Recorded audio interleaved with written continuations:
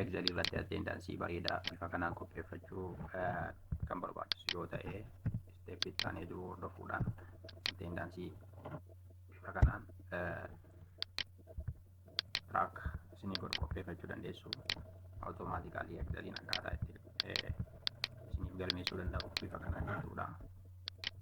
Automaatikaalii hojjetachuu dandeessu jechaadha bifa kanaanii. Harkaan osoo hin taane yookiin manuwaali osoo hin taane bifa automaatik ta'een Exceliin akka isinii riikardi godhu bifa kanaan yoo barbaadan yoo ta'e jechuudha. Steepii itti aanee jiru hordoftanii sirreeffachuu dandeessu.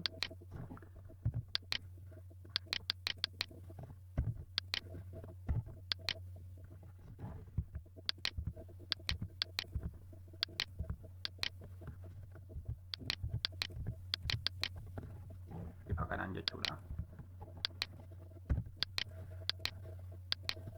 Akkasiin galmeessuu barbaadan jechuudha.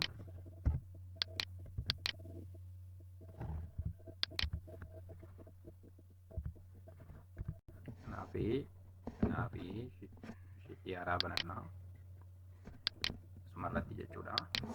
Kan nuuf salphatuuf maqaa warra kana fudhadhaa. Isa booda asitti godhe jechuudha. Isa booda bakka kanatti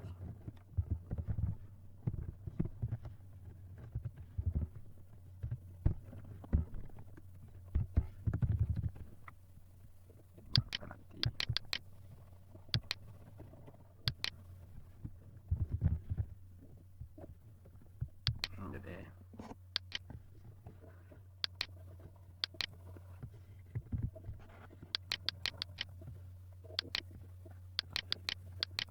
kanatti waan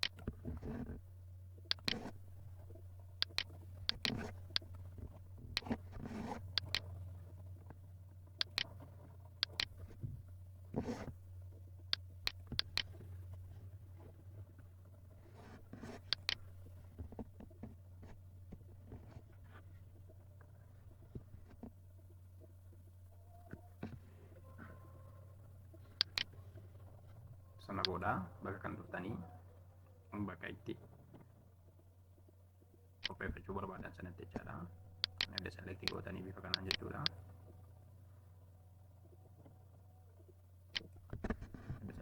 Selektii gootanii booda hoomii jalaatii conditional formatting kan jedhu jira. Bakka kana dhuftanii icon kan jedhu jira. Icon seetii jala more rules kan jedhu filattu jechaadha. Achii booda icon style kana jalaatii ishee kana formatii kana filachuu dandeessu. Formatii baay'ee jira. Sana booda ishee kana show icon only kan jedhu filattu. Isa booda ishee kanatti geeddartu. Kan ammoo kanatti geeddartu. Percentii nambarii gootu. Ishee kanas nambarii gootu. Ishee kana afaanii gootu. Isa booda jettochaadhaa bifa kanaanii hokeettanii booda gootu jechaadha. Asitti immoo keenyaa fi tokko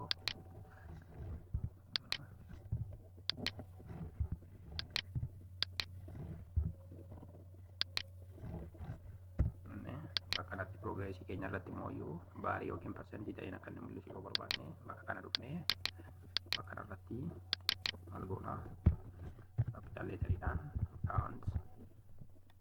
kaawwantii kennaa sabuudha. Ammattuu barreessinaa. Ammattuu keessatti ishee kana guutummaatti koppii goona jechaadha. Sabuudha kooma jennee tokko barreessina jechaadha. Sabuudha mallattoo hiruu kana barreessinaa. Sabuudha ta'ennaa. Sabuudha mallattoo ammattuu sana barreessina jechaadha. Mallattoo ammattuu sana keessatti ammoo koppii goona jechaadha. Ishee kana guutummaa ishee ammaa jechaadha. Booda bifa kanaan adda goone booda tarii eerii mul'achuu waan danda'uu fi gannachaadha ishee kana keessatti saboota ammattuu bannee sana hin cufnaa. Saboota kooma jennee bakka kanatti jechaadha. Saboota barreessina jechaadha. Saboota bifa kanaa adda barreessitanii intar jettu jechaadha. Bifa persentiidhaan akka ta'u barbaadan ishee kanarraa dhuftanii klik gootu jechaadha. Saboota bifa kanaa mul'iseera. Amma kan nu hafu baariidha waan ta'eef baarii dabaluudhaaf maal goona ishee kanarra dhufnee kana kanatti daataa baar kan jettu jirti, mooluu kan jettu jirti. Ishee kanarratti klik goona. Ishee kanarra dhufnee taayippii kan jettu irraati nambariitti jijjiirra. Automaatik ishee jettu irraa nambariitti jijjiirra. Saboota ishee kana tokkotti jijjiirra 9 keenya jechaadha. Ishee kana keelarii filachuu dandeessu kan barbaadan fakkeenyaaf kana yoo filadhee saboota OK jenna jechaadha. Amma saboota adda kana gootanii hundumaaf akka inni hojjetu barbaadan ishee kanarratti adda klik gootanii booda gadi drag gootu jechaadha. Bifa kanaanii saboota keenyaa fi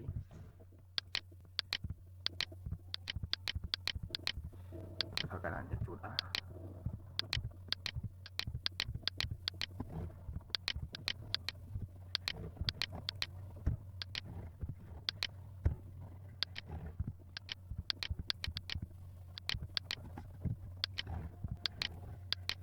Bifa kanaan qopheeffachuun hin danda'ama jechuudha. Automaatikaalii Excelin keenya kaawwantee godha waan ta'eef